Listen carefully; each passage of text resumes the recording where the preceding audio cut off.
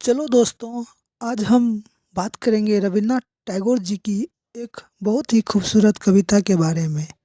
इस कविता का नाम है where the mind is without fear, अर्थात जहाँ मन भय मुक्त हो।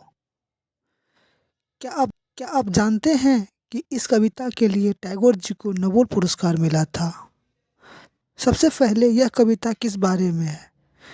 देखो, टैगोर जी ने इसमें एक ऐसी दुनिया की कल्पना की है जहाँ हर कोई आज़ाद हो, सबको ज्ञान मिले और सच्चाई की कदर हो। चलो अब इस कविता को लाइन बाय लाइन समझते हैं।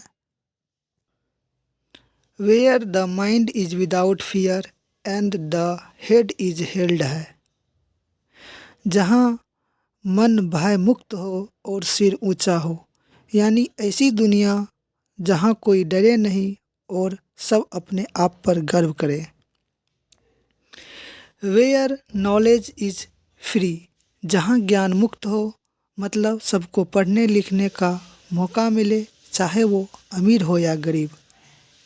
Where the world has not been broken up into fragments by narrow domestic walls, अर्थात जहाँ दुनिया टुकड़ों में न बटी हो, यानी धर्म, जाति या देश के नाम पर लोग एक दूसरे से अलग न हो।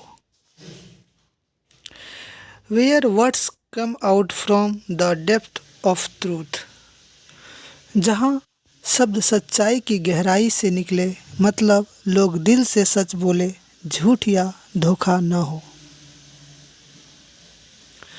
Where tireless striving stretches its arms towards perfection,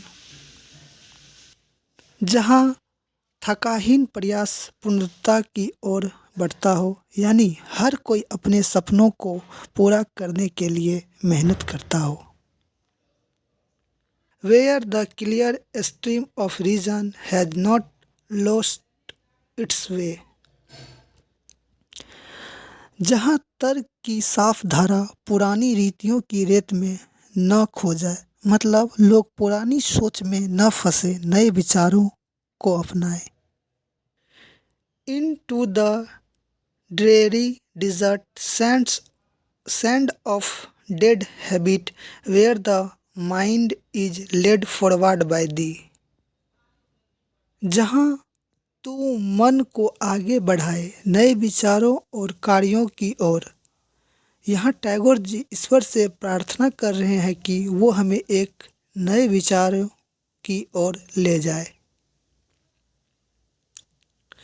Into ever widening thought and action, into that heaven of freedom, my father, let my country awake। आखिरी लाइन में पोएट कहते हैं, हे पिता मेरे देश ऐसी स्वतंत्रता के स्वर्ग में जागे, जहाँ टैगोर जी चाहते हैं कि भारत आज़ाद हो और तरक्की करे। इस कविता में टैगोर जी ने कुछ खास बातें कही हैं।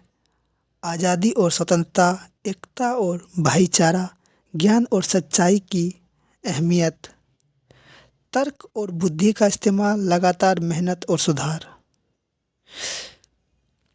यह कविता आज भी उतनी ही ज़रूरी है जितनी पहले थी, क्योंकि आज भी दुनिया के कई हिस्सों में लोग आज़ादी, शिक्षा और सच्चाई के लिए लड़ रहे हैं।